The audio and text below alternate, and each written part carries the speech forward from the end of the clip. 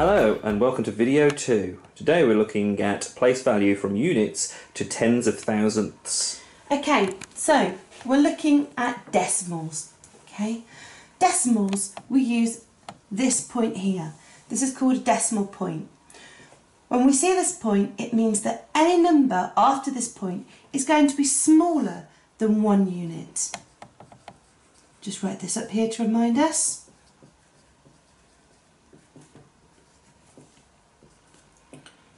Okay, so what does that mean? Basically, the first position in our place value position for decimals is a tenth.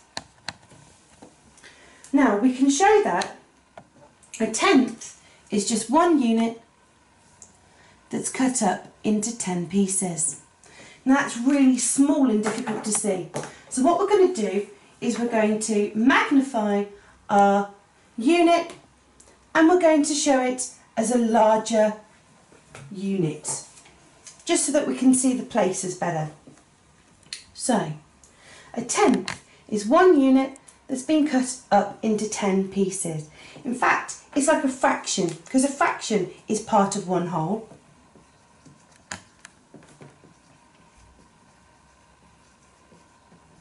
There we go, just to remind us. Now I just want to clarify so that some of you with my ridiculous accent can hear that a tenth and all decimals is the only reason you can split. We're talking about tenths here. It's 1 unit cut up into 10 pieces. The next place value position, we would cut up each tenth into 10 pieces, making it even smaller.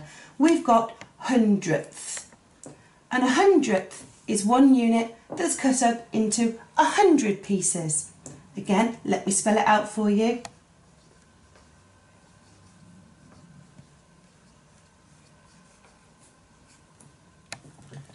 Hundredths. Our next position is a thousandth. Now, that is taking each hundredth and cutting that into 10 pieces. This is going to be way too small. I'm not going to give you a visual representation for this, just because you won't be able to see it. But imagine each one of these tiny little hundredths cut up into 10 pieces, and that's what we're talking about, a very small amount. So that's thousandths.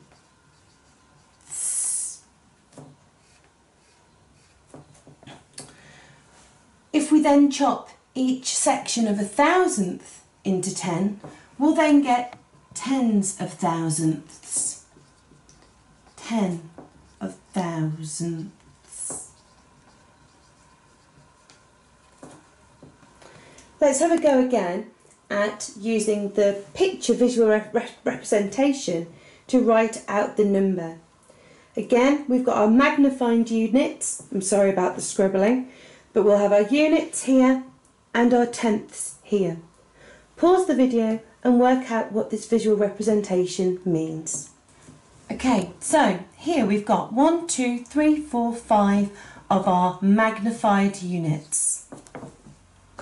We then, because we're looking at a number that's smaller than 1 unit, need to put our decimal point. Remember, that tells us that whatever number after the decimal point is smaller than 1 unit. And we've got here 1, 2, 3, 4, 5, 6, 7 tenths coloured in. Therefore we've got the number 5.7. Let's look at the next one. So now we've got 1, 2, 3 of our magnified units. I'm going to put in my decimal point because this number isn't 1 whole unit. It's smaller than 1 unit. And I've got 1, 2, 3, 4 tenths. Okay. If we have a look now at a number with hundredths. Here I know I've got 2 units. I'm looking at some numbers down here that are smaller than 1 whole unit. I need to put in my decimal point. I've got 1/10 here and 2 hundredths. I've now got the number 2.12. Notice I'm not saying 2.12. That's a different thing. We have to say our tenths and our hundredths as separate numbers because they're not tens and units numbers. So here we would say 2.12. Okay, again, have a look at these, pause the video and see if you can write these numbers from their visual representation. Okay, so here we've got 1, 2, 3, 4 of our magnified units. Now, because we're looking at numbers that are smaller than 1 unit, we need to put in our decimal point to remind us that any numbers after that are going to be smaller than 1 unit. Let's have a look now at our tenths. We have 1, 2, 3, 4 tenths.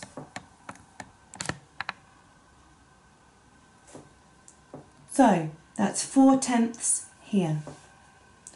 Okay, now we've really got to focus hard because we've now got to count these tiny hundredths. 1, 2, 3, 4, 5, 6, 7, 8, 9.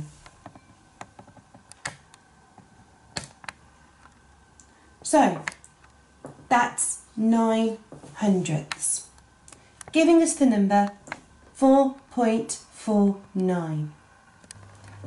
Okay, now we'll look at this one here. We've got 2 of our magnified units. Because we're now looking here at a number that's smaller than 1 unit, we're going to put our decimal point to remind us that anything past that is smaller than 1 unit. Let's look at the tenths. You can see here we've got no tenths coloured in.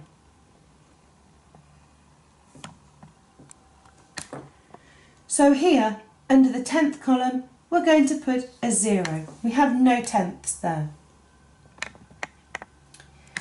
Now onto counting our tiny hundredths. We've got 1, 2, 3, 4 of those hundredths coloured in. So I'm going to write a 4 in the hundredths column, giving us the number 2.04. Now I just want to talk about why we are so finicky about how we say our place value. Say I had the number 2.4. Just going to rub this out and write 2.4. That's what that looks like. Okay, and I was comparing it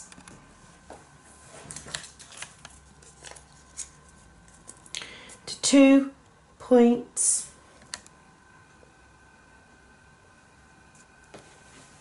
Sorry guys, 2.12.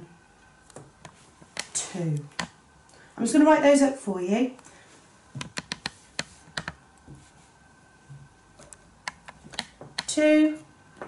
Because we're looking at numbers that are smaller, 1, 2. That's 2.12 and 2.4. Now, if I was to say 2.12, as we said that we shouldn't be saying, you could be mistaken that 2.12 is bigger than 2.4. Looking at our visual representation, it's very clear to see they both got 2 units.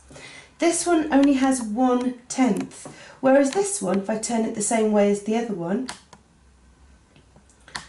has 4/10. Clearly this has got more tenths than this.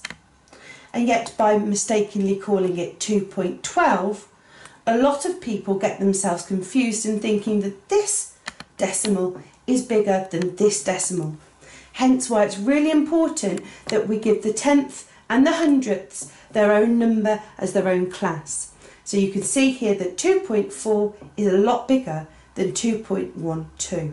We have 1/10 here and we have 4/10 in this number here.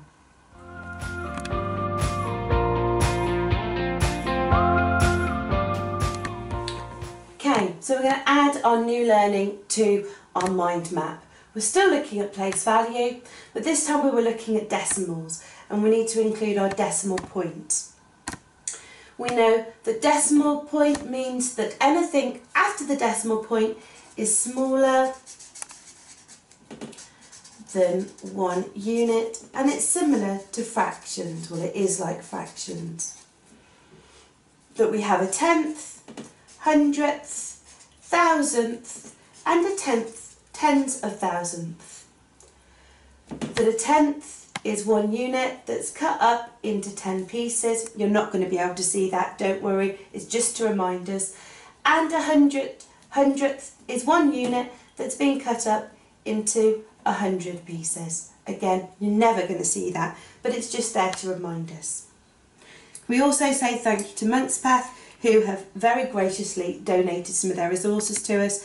It's worth working together.